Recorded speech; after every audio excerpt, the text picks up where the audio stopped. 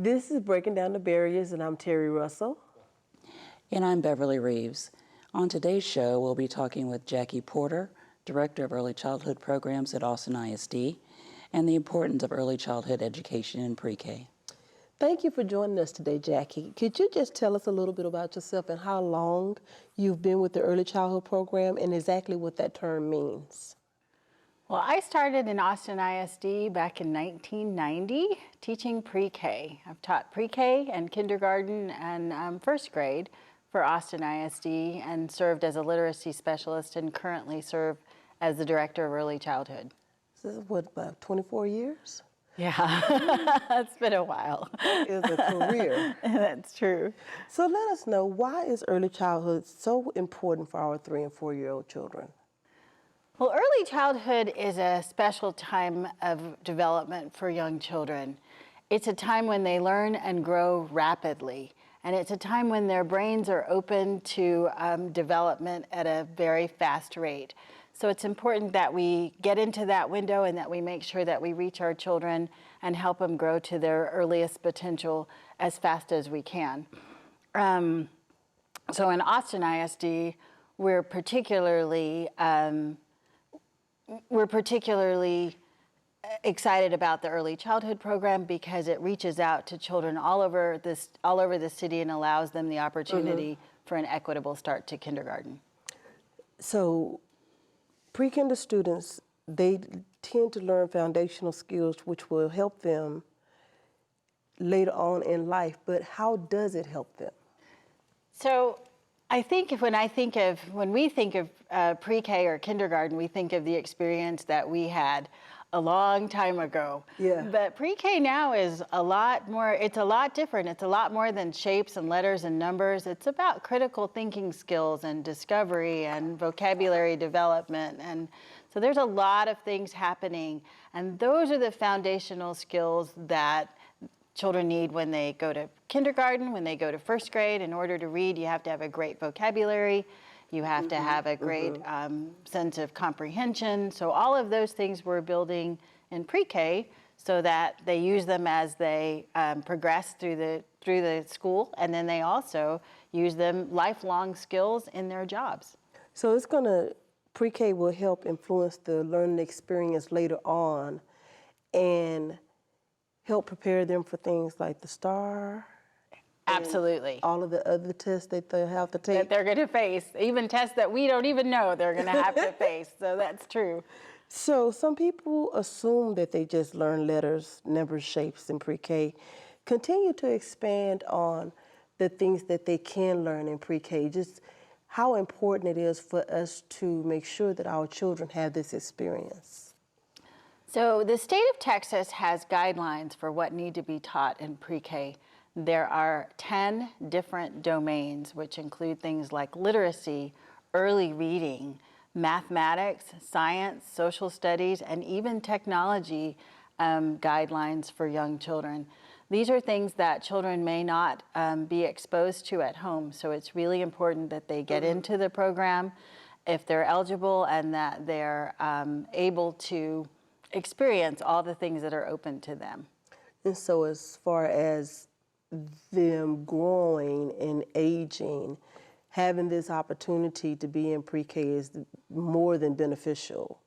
Oh, definitely. Like I said, it's lifelong skills. These are skills that they'll not only need in elementary school and middle and high school, but these are skills like getting along with others, being able to work cooperatively, being able to critically think.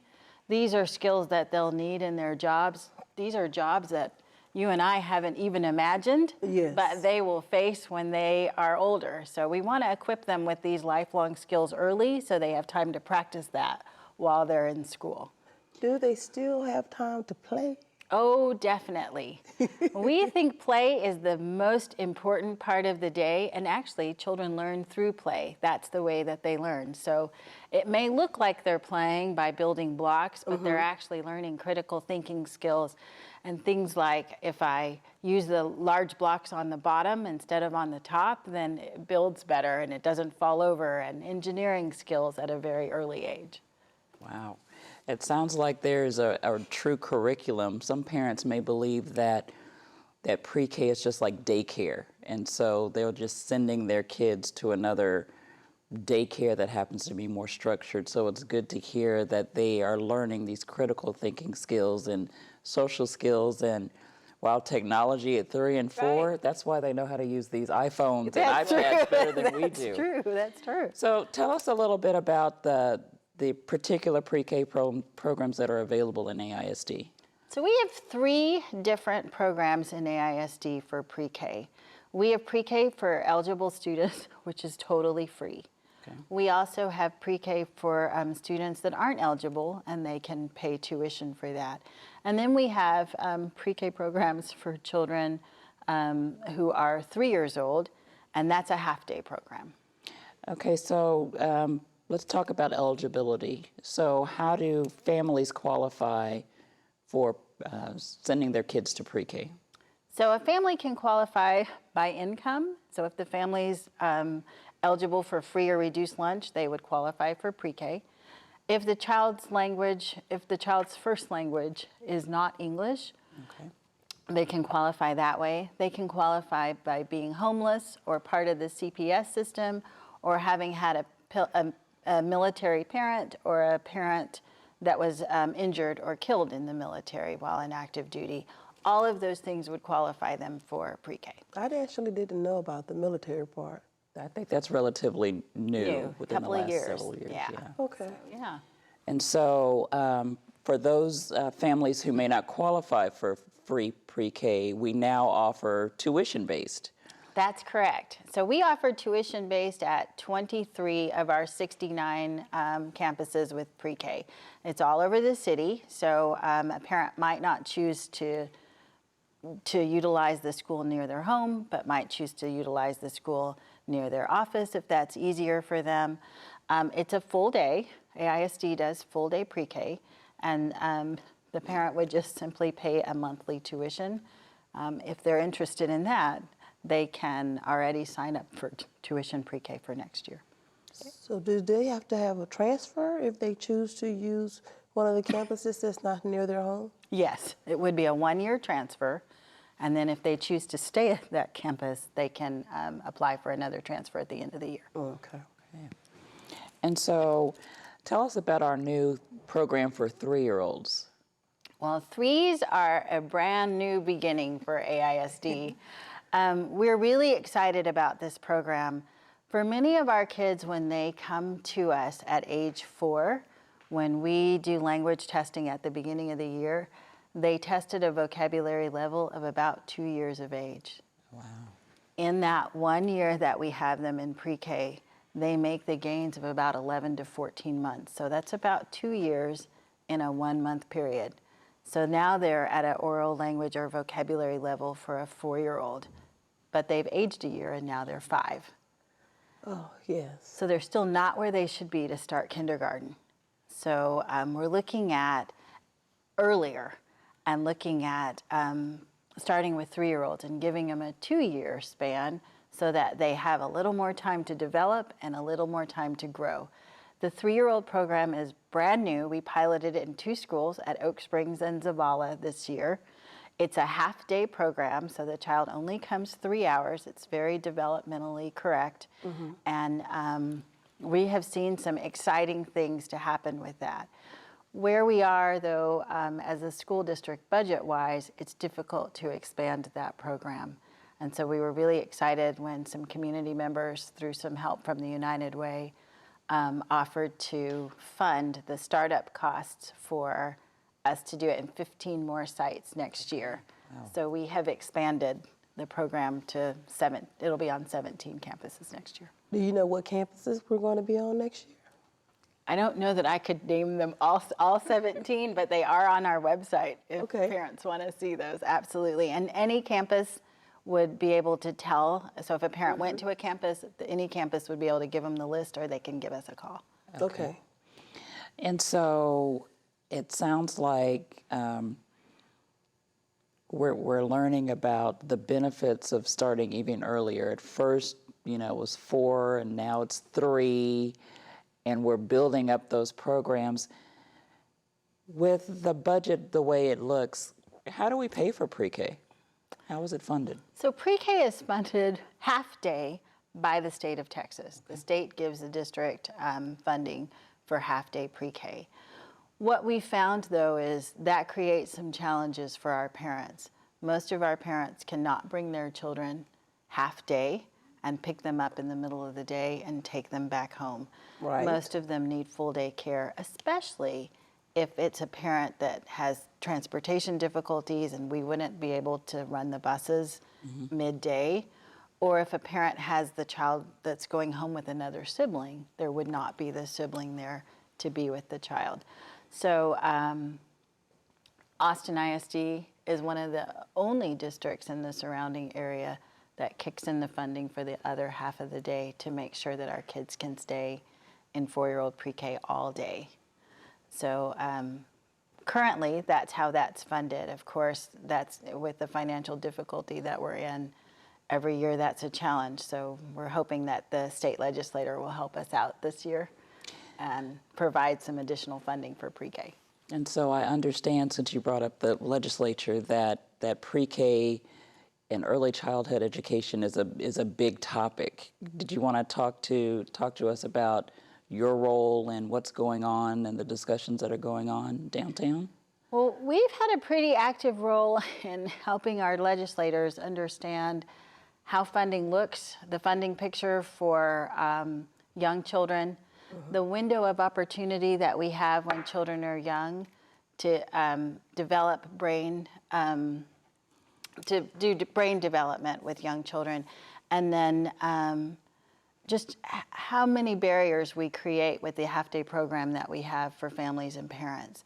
So we've been really excited that this year it seems that, you're right, the state legislature has really listened, and they're really thinking about how can we make not only the program more quality, but how can we help school districts to fund quality programming.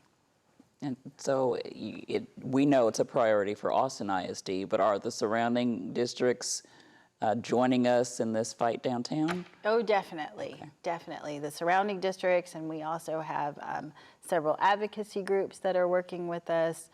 And then we are, at the State of the City address last Monday, the mayor talked about how important pre-K, public pre-K is. Oh, that's and getting good. kids into pre-K. We had a press conference a couple of days ago where the Sheriff's Association and Chief Acevedo and Captain Evoy from AISD, they all stood together and talked about the importance of pre-K. They call themselves the pay us later guys. So either we pay for pre-K now or we pay them later. Yeah. Absolutely. So that was really powerful to hear that. We were just so excited for that. How deep is the conversation?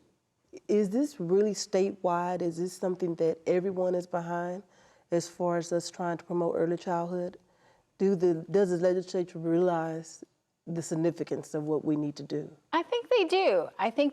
I also, it goes just beyond Texas, which I think is a big help to us. You know, at the State of the Union address, President Obama talked about the importance of pre-K programs and reaching children earlier and making sure that we have quality programming for our young children, whether it's in public school or Head Start programs or child development centers. But we owe it to our young generation to make sure that they have the best that we can give them. And so it's starting from the top, from President Obama, and it's permeating out through the country. So we're really excited about that. So now that our parents know about the benefits of early childhood education, how do they get their child enrolled? What is enrollment open now? What steps do they take? So there's a couple of things. If they want to put their 4-year-old, if they have a 4-year-old right now that they want to put in school, it's not too late. Mm-hmm. So if your child was 4 on or before September 1st of 2014, your child would qualify for pre-K for this year. And you go to your neighborhood school and they'll enroll. If your child will be 3 or 4 by September 1st of 2015, then they would qualify for next year, and you would go to your neighborhood school right now and register. You can register anytime between now and June, and you can register in August, but we recommend that you register as soon as possible so that your child doesn't miss one important day of school. And so would they register on the campuses or Yes. would they come downtown? Nope, they would register on the campus unless, as you talked about, the parent wanted a transfer. Yes. Then they would go to the school where they want to attend and fill out their paperwork there and fill out a transfer form and take it downtown so that they can get it processed. And once their transfer is processed, they'll be notified if they have a space at that school. So what type of training do we provide for teachers who are going to be teaching pre-K and the earlier classes with the 3-year-olds? Yeah, yes, training for teachers is super important at this age because they learn like no other. They learn through play, and so every moment, every second needs to be filled simply because their attention spans are so small. They're very quick. If you've been around a little one, you know, 4 minutes from now, I'm on to something else. And so there's we do lots of training for our teachers. We start in the summer before the school year begins. We hold an early childhood institute for all of our teachers, but we also do ongoing professional development through the year for our teachers. After school, we have them on Saturdays. Sometimes they are during the school day. We try not to do that a lot because it pulls them away from their students. But we provide articles and newsletters for them every month. It's really important that they stay on the cutting edge for what's great for children so that we make sure the program stays a quality program. Could you tell us some types of the professional development that they have to take? Sure. So this summer, we'll do our Summer Institute. And at the Summer Institute, it runs kind of like a conference. So a teacher can choose what they want to attend. So maybe I want to attend some things on beefing up my math program and helping children beyond shapes and numbers and counting, but critical thinking skills in math. And how do I help a 3-year-old do some problem solving on their own? What are some things that I could say to a 3-year-old that would help them begin to process and problem solve and ask critical questions on their own rather than the parent or the teacher always asking questions? So we'll do a math strand, we'll do an oral language strand. How do we sing and talk and dialogue with children and teach them to listen and answer back? Those are the kinds of things that will happen this summer at the Summer Institute. So would it be beneficial if we encourage community members to call their legislator to really look into promoting early childhood? It's always a great idea for parents and community members to stand up and tell their legislators what they need. And this is a need in our community. Right now, like I said, AISD is funding the other half a day, but in the financial place that we are in, that's going to be difficult as a long-term strategy. So it's always a great idea for parents to say, here's a program that works, it's great for our kids, and it gives them the equitable start in kindergarten that they deserve. And so it's always a good idea for them to call and support the pre-K program. So let's do a day in the life of a 4-year-old. What does a school day look like, just in general? So typically, when a child comes in at the very beginning, the teacher is standing at the door and greets every child as they come in. This is a hugely important part of the day. It kind of helps set the day's tone and says to the child, you're important. I'm glad that you're here. We're excited that you're here to learn today.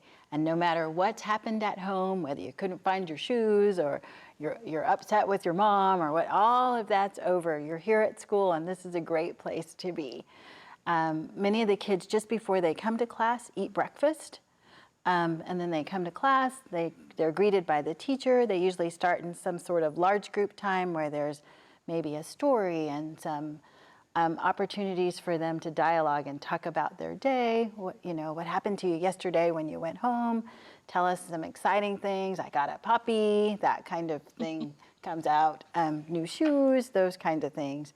And then the opportunity for the kids to go and play at centers. And we really want to say play at centers because we want them to go off to their math center or their language center or science center and discover and dialogue and develop critical thinking skills. And that's where that happens, through play. So the teacher will walk around and ask some questions and help move their play along. But a lot of that play is what they need. When you think about when we were younger, we used to play outside a lot. Mm-hmm. I used to play until the street lights came on. Yes. And then I had to go home. Well, we don't do that with kids anymore. Kids play maybe in the backyard, or maybe they're not playing outside a lot anymore. They're inside with their devices. And there are not a lot of oral language or problem solving. But I remember we used to solve our own problems. You didn't call mom when you wanted to figure out who was going to be first in the game. That's right. We figured those things out. If somebody didn't play well, we fixed that, right? As you know, we did a lot of problem solving and critical thinking. Well, we're helping them to do that in the pre-K classroom when they play at centers and they work together. And then after centers, there'll be time for language arts. So there'll be story time and writing time and math time, and off to lunch and back for a small, we usually do a 20 to 40 minute rest time, and then they're back up and they're back at centers and play. They're back with another lesson, and then they're off to home by the end of the day. Wow. It's a full day. It is a full day. It sounds like it. But I kind of would like that That 40-minute rest. Right. Yeah. See if we can get that incorporated into our day. There we go. So you've provided us with some great information about pre-K programs for 3 and 4-year-olds now on a number of our AISD campuses. Is there a phone number where parents can call if they have questions or just want clarification on transfers or which campus their child could attend? Absolutely. We're excited to say that our phone number is 512-414-PRE-K. Oh. So if a parent will just remember the pre-K part, that's the easy one. That's the easy part. That's really a good idea. I remember when my children started pre-K. So at that time, the teachers would go out and visit the families and do a test to see if a child was ready for school. So we don't have to do that anymore, do we? The teacher still will do a visit with the family. Sometimes the family would prefer that to be at the school than at the home, so it can be either at the home or the school. We don't test children anymore in the beginning. Which is a good thing. Especially in that, yeah, because that's a little scary for the kiddo. Especially that age. Yeah, so we wait a while and let the teacher observe them in practical play, and then you learn so much more from that. And then we do testing. We do testing a little later in September. But yeah, we still like to start with the family. It's so important to talk to the family because they've had this child for 3 or 4 years. They know more about them than we'll ever know. And so it's really important that they're able to tell us what's best for their kid. Do we have any type of programming for parents that will help them once those children come home at the end of the day from pre-K? How do we help them continue that learning process? So a couple of things. All of our pre-K campuses have parent support specialists that do parent classes after school. So that's one way to do it. But recently, the E3 Alliance here in Austin has produced a parent guide that has activities in it for 3 and 4-year-olds, just simple things that you don't need a lot of materials for, but will make great gains in their learning. And so we're excited to be passing those out in a couple of weeks to children in pre-K and kindergarten to take home. That's important. I think that is one of the more sensitive issues that we have in the district, is trying to involve our parents in the process so that we don't have to take on the full responsibility, and we let them know that what you do at home really does encourage our children to grow. That's so true. And in pre-K, the parent typically wants to be there And more importantly, the child wants them to be there. Yes. That doesn't happen as much in high school No. Middle school. or middle school, but in pre-K they do. And so I think that's a great time for us to solidify that relationship with the parent so that the kid will want them to be there in middle and high school, and that we work as partners, like you were saying. I think that's a wonderful idea. Tell us again the contact number for. 512-414-pre-K. I think that's just awesome and easy. Yeah. Easy to remember. Easy to remember. Is there anything else that you would like to share with us about early childhood programming? I guess I would just like to say in AISD, we offer a developmentally appropriate program for young children that's intentional, it's purposeful, and it's aligned to state standards. And it allows our children time for discovery, dialogue, and developing critical thinking skills. So if children are not in care anywhere, we really wish that they were in quality programming in AISD with us. That's a wonderful thing. So how old do you have to be to enroll in the pre-K program? So you have to be 4 as of September 1st of the current school year. Okay. So if your child was 4 at the beginning of this school year, it's still not too late to register them now, and they can come for the end of the year and get the benefits at least for the last parts of the year. But if they'll be 4 in the fall, then you can begin enrolling them for next year right now. So you can go to the elementary campus and you can enroll them right now for next year.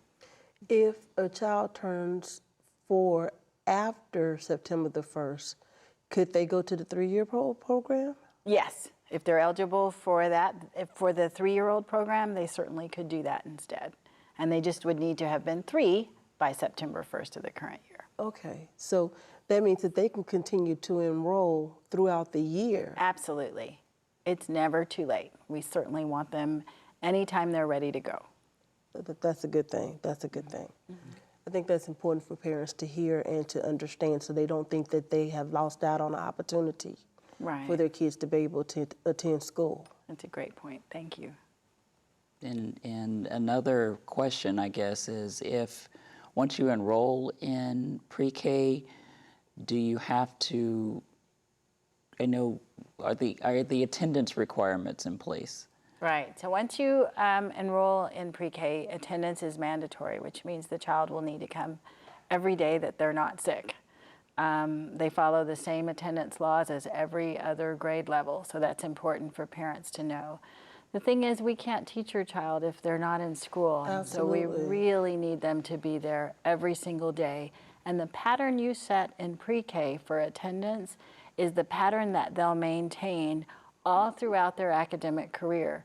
So if they don't have to go and they don't come a bunch, then you'll have that same problem in middle and high school because that's the pattern that was set. It's super important that they're there every day, that they're not sick.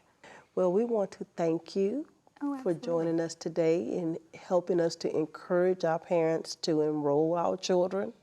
Well, thank you for inviting me. I really appreciate this opportunity to talk about pre-K and the importance of enrolling in pre-K. Well, thank you again for joining us today. This has been Breaking Down the Barriers, and this has been Terry Russell and Ms. Reeves, Beverly Reeves.